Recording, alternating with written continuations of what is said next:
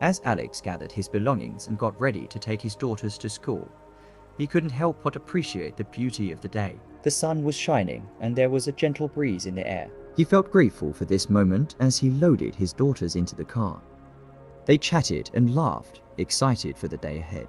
As he drove, Alex couldn't help but feel a sense of pride and joy seeing his daughters grow up into beautiful young ladies. As they arrived at the school, Alex said his goodbyes to them and watched them walk through the gates.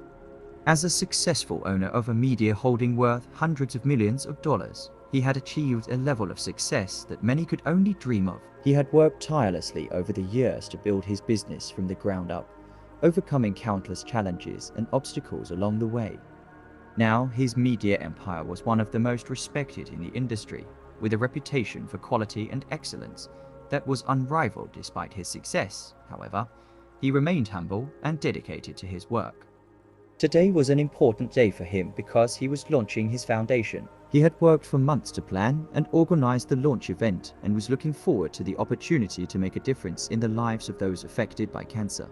To make the occasion even more special, he had flown his parents from their small town to attend the opening ceremony. Alex's upbringing was humble, as he grew up in a small town in the northern states with a family that didn't have much.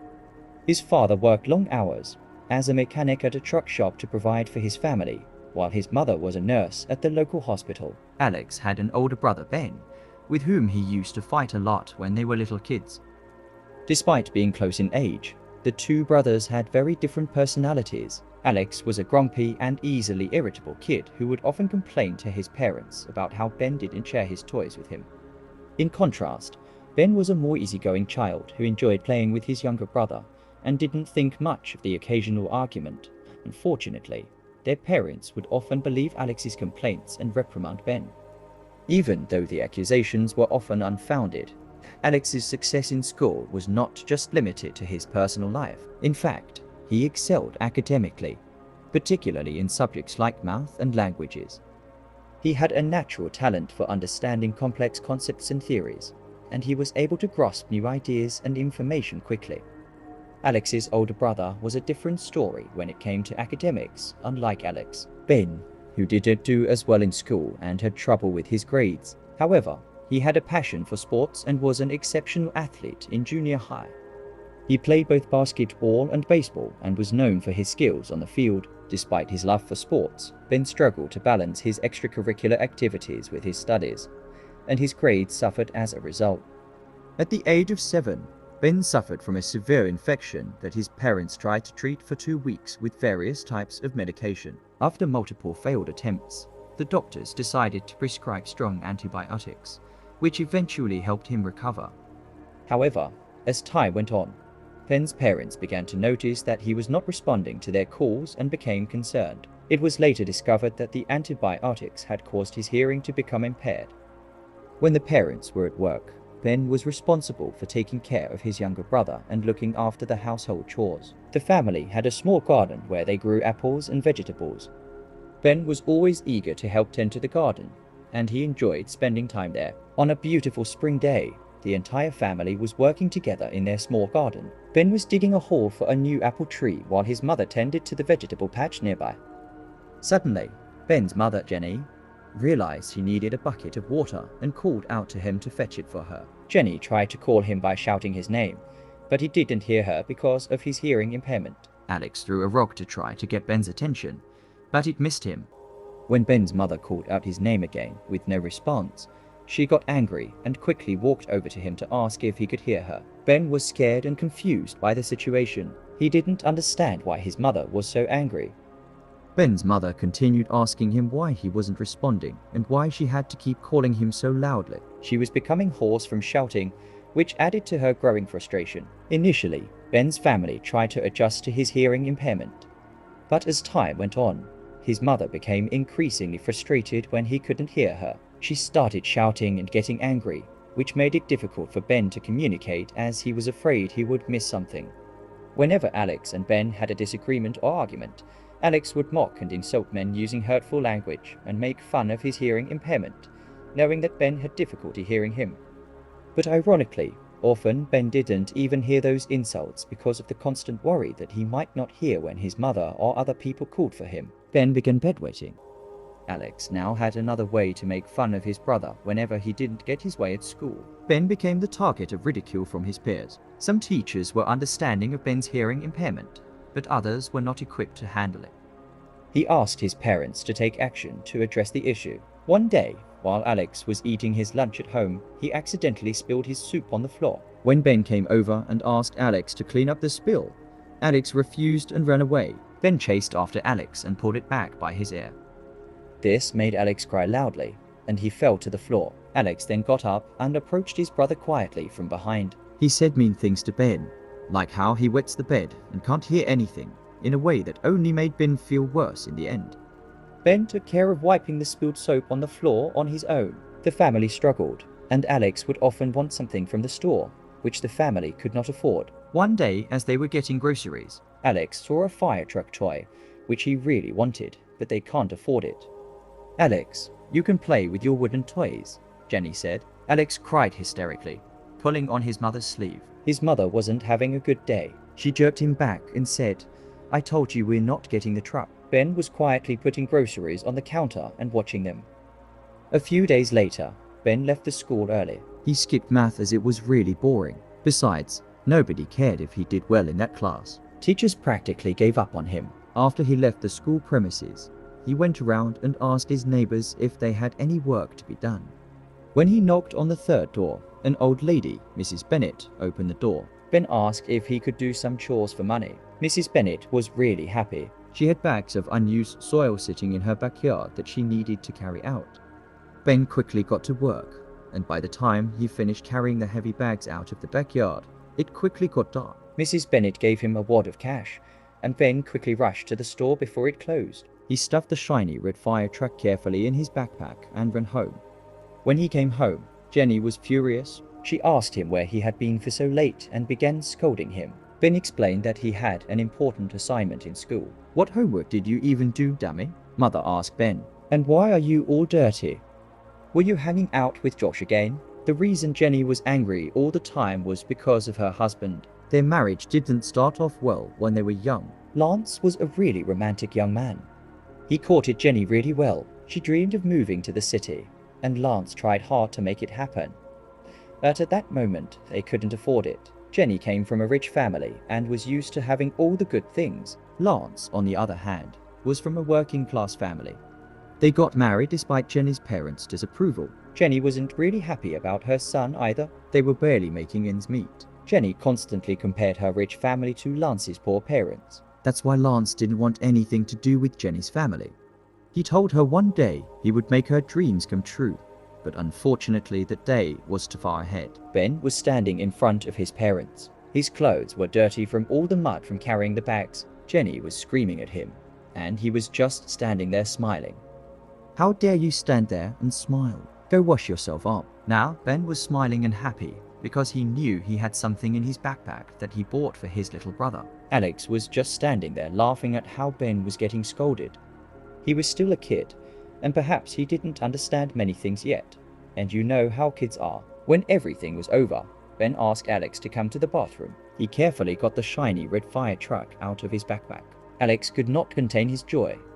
He was so happy that he started jumping around and accidentally knocking over the metal bucket on the bathtub. Mom heard the commotion and came rushing to the bathroom when she saw the fire truck. She got really angry. Both boys held their heads low. "Where did you get the truck?" Jenny asked Ben. Ben didn't say anything. "I am talking to you, Ben. Where did you get the truck?" After another moment of silence, she probably guessed. "Oh no, did you steal it from the store? You're just like your father. Where did you get the truck?" Ben smiled a little bit. He didn't know what to say. He didn't want his mother to know that he had skipped class to get it, so he just stood there with his head low, hoping mother would forget about it. Jenny, thinking Ben must have stolen the truck, went back to the store. Ben was walking behind her when they got there. Ben was already contemplating some ass whooping that would probably ensue. "I'm really sorry, sir. Is this your toy? I told my boys we couldn't afford it. They must have stolen it." "Oh yeah, he bought it," one of the workers replied. After that, they went out of the store, and Jenny quickly asked where he got the money. Ben finally told her about the bags of soil that he got paid for taking out. When she heard it, she was surprised, and they just walked home quietly. Years passed, and the family still struggled. Jenny still constantly complained to her husband about their small house, their old car, and the things he could have had but still didn't. While Ben was a sophomore in high school, his grades were pretty bad, but his teachers had already pretty much given up on him. But he was doing well in sports. He loved sports. Alex, on the other hand, was winning math competitions. He was a promising student. He was 3 years younger than Ben, and they often had fun doing math calculations together. Ben would give Alex simple arithmetic problems that he couldn't solve himself, and Alex would quickly give him the right answers. Ben was really proud of his brother. He also loved his brother very much. Most of Alex's friends had bikes, and he really wanted one too. Ben saw Alex looking at his friends' bikes when they rode past him after school. One day, Ben traded his baseball gloves for a day of riding his friend's bike when he showed up in front of Alex on a bike. Alex was elated. Ben spent the whole day pushing Alex from behind and teaching him how to ride a bike. At the end of his sophomore year, Ben started to feel bad. Not suddenly, his hearing was getting worse. He also rapidly started losing weight, and in a matter of weeks, he couldn't walk much. He would get tired and just wanted to lay down. The parents had no idea what was going on. Blood tests came back positive for leukemia. They started the treatment too late. Ben ended up in bed soon. He couldn't get up and walk on his own. Jenny or Lance took turns taking days off from work to take care of Ben at home. He got too weak to even chew his own meals. Jenny fed him with soft meals and porridges and carried them to the bathroom when he needed to go. Lance worked hard to provide for the family. He got a second job to cover the treatment. He would spend the night sitting in a dark kitchen and quietly sobbing while Jenny sat next to her son. After 6 months, Ben started losing his eyesight. Alex was turning 12 at the time. At first, he didn't really give it much attention, but over time, the weight of the graveness of the whole situation started to sink in. With every new day, Alex was becoming more and more quiet. As he understood that Ben was seriously ill, he would spend long hours sitting next to his brother and asking him to play math games with him. Ben just lay motionless, breathing heavily and looking into space. He would slowly turn his head towards where the sounds were coming from and try to squeeze out a word, but it was incomprehensible for Alex. It was early morning, and for the first time in his life, Alex cried because he felt so sorry for his brother. He woke up and didn't feel like going to school, even though he had important preparations for a math competition with his teacher. He sat on the edge of his brother's bed and held his hand. He cried quietly. Tears fell on his brother's hands. He looked at Ben laying on the bed, dead with his eyes open and looking in the distance. He remembered how Ben got him the red fire truck, and how he would push him on other kids' bikes even for hours, trying to teach him how to ride. "I love you, brother Ben. Do you hear me? I love you. Please get up. Come on, man. Get up now," I said. "You said you were going to take me to the lake. You lied to me, Ben. Now, please play the math game with me." "Ben, please ask me your questions." Alex remembered when they were kids, how he made fun of his brother and laughed at him when Ben couldn't hear something. He pinched his nose whenever Ben woke up wet. He hated himself for that. "Ben, I'm sorry. Do you hear me?" I said, "I'm sorry, brother. I'm going to take you to the lake, all right? We'll get on the boat, and we'll have lots of fun together. Do you hear me? Ben, say something, please." At that moment, Ben suddenly turned his head slightly and looked at Alex. His lips moved weakly, turning into a smile. He slowly started lifting his arm, beckoning him to come closer. Alex got excited, and he shouted at his mother, "Dad, Ben is looking straight at me. Come quick." Jenny and Lance came rushing in. They were smiling as Ben looked at them too.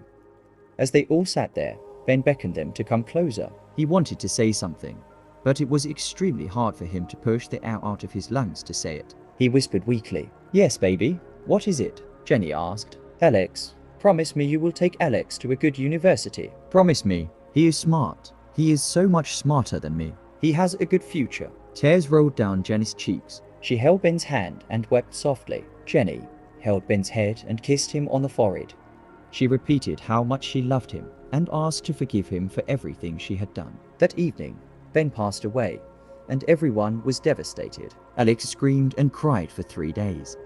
For several days after the funeral, Jenny and Lance didn't speak much to one another. They were just quietly grieving. A month after Ben passed away, Jenny was in his room holding his clothes. Alex walked in and asked his mother if he could keep his brother's clothes and wear them. He became quiet in the household. Alex had no one to goof around with anymore. His best friend was gone. Alex became even quieter from that day on. He committed to studying really hard to fulfill his brother's wishes. When Alex graduated from high school and it was time for college, Lin sold everything he could to pay for Alex's studies. 4 years later, Alex graduated from a prestigious business school and started his media production company, which would later grow into a giant media holding. While working in the media industry, he met his future wife. Griselda was a beautiful Latin American girl who was kind and caring, exactly what Alex was looking for in his future wife. They got married and had 3 beautiful daughters. As he dropped his 2 beautiful daughters off at school, he asked his driver to pick up his parents from the airport. The opening ceremony of the band Arnold's Cancer Treatment Foundation was a big event for the city. After all the formalities were done, Alex delivered a speech in which he said that Ben Arnold was a man with an immense and pure heart. Thanks to him, he became what he is today and is now standing here.